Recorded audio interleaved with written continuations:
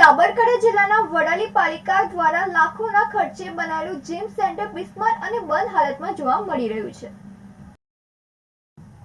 વડાલી પાલિકા દ્વારા સ્થાનિક વર્ષ 2022માં 62 લાખના ખર્ચે જીમ સેન્ટરમાં શરૂ કરાયું હતું। જો કે દેખરેખના અભાવે લાખો રૂપિયાના ખર્ચે શરૂ થયેલું આ જીમ સેન્ટર માત્ર 3 વર્ષની અંદર જ બિસ્માર બની ચૂક્યું છે। તેમજ અંદરના સાધનો સહિત સીસીટીવી અને અન્ય ચીજ વસ્તુઓની પણ ચોરી થઈ ચૂકી છે।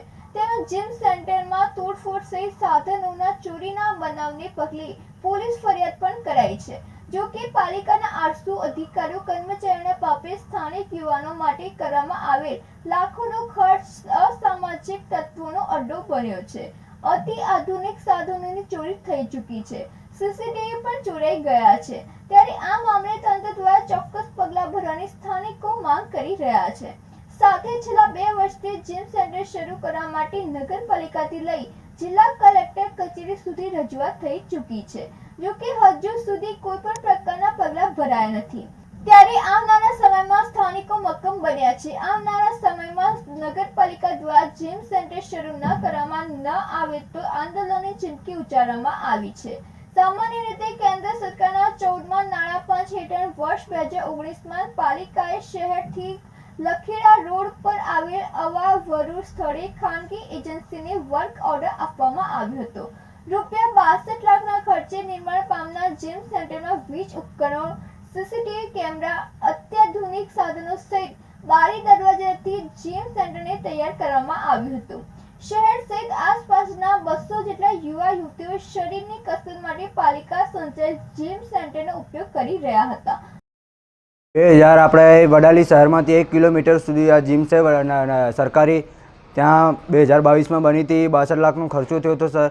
પછી એમાં 1 વર્ષથી પ્રોબ્લેમ થાય છે કે પૂરું જીમ બંધ કરી દીધી। અમારે સાધનો ચોરી થઈ ગયા, લાઇટ ચોરી થઈ ગઈ, કેમેરા ચોરી થઈ ગયા, અહીં પૂરું ખંડાર બની ગયું છે।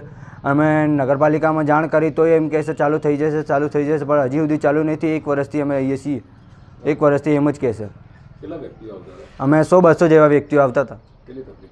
બહુ તકલીફ પડે છે સર। અમારે અહીંથી અમારે વડાલી 1 કિલોમીટરથી સર અમારે 30 કિલોમીટર ખેડ જવું પડે છે અમારે। જો કે 800 અધિકારીઓ સહિત 2 જવાબદાર કર્મચારીની દેખરેખના અભાવે 66 લાખ જેટલી માતબર રકમ હેઠળ તૈયાર કરવામાં આવેલું જીમ સેન્ટર માત્ર 3 વર્ષમાં જર્જરિત સહિત ખંડેર હાલતમાં છે। વડાલી પાલિકા દ્વારા 2022માં શરૂ થયેલ જીમ સેન્ટર 62 લાખ રૂપિયાના ખર્ચે બનાવ્યું હતું। તેમજ છેલ્લા 2 વર્ષથી દેખરેખના અભાવે જીમખાનું સંપૂર્ણપણે બિસ્માર બની રહ્યું છે।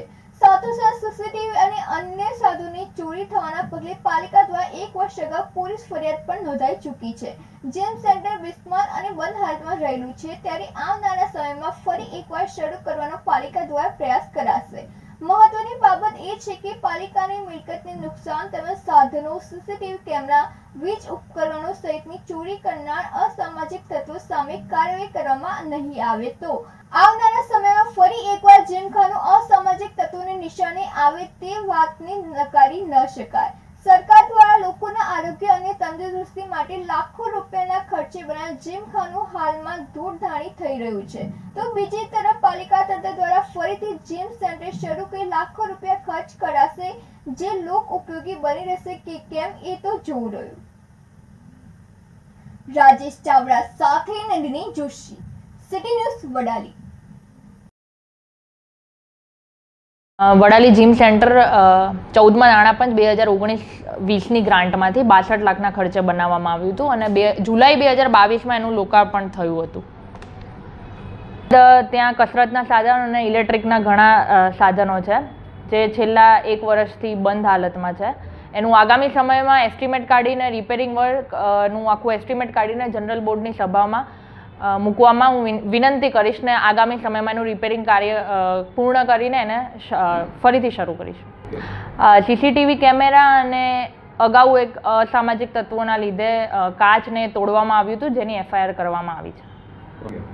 અત્યાર સુધી પોલીસમાં કાર્યવાહી કરવામાં આવી છે। હવે આગામી સમયમાં વધારે સાધન ના ચોરાય એની પૂરતી જાળવણી નગરપાલિકા દ્વારા કરવામાં આવશે। ના, નવી હવે આગામી કાર્યવાહી કરવામાં આવશે। ટૂંક જ સમયમાં એને શરૂ કરીને યુવાનો માટે આ જીમ સેન્ટર ખુલ્લું મૂકવામાં આવશે। જીમ સેન્ટર માટે હેમેન્દ્ર સગર દ્વારા કામ કરવામાં આવ્યું છે। બાકી કોઈ એજન્સીને આપવામાં આવ્યું નથી હાલ. એની સામે એ લોકોનો કાર્યકાળ પતી ગયો છે અને રિપેરિંગ વર્ક નગરપાલિકા દ્વારા કરવામાં આવશે.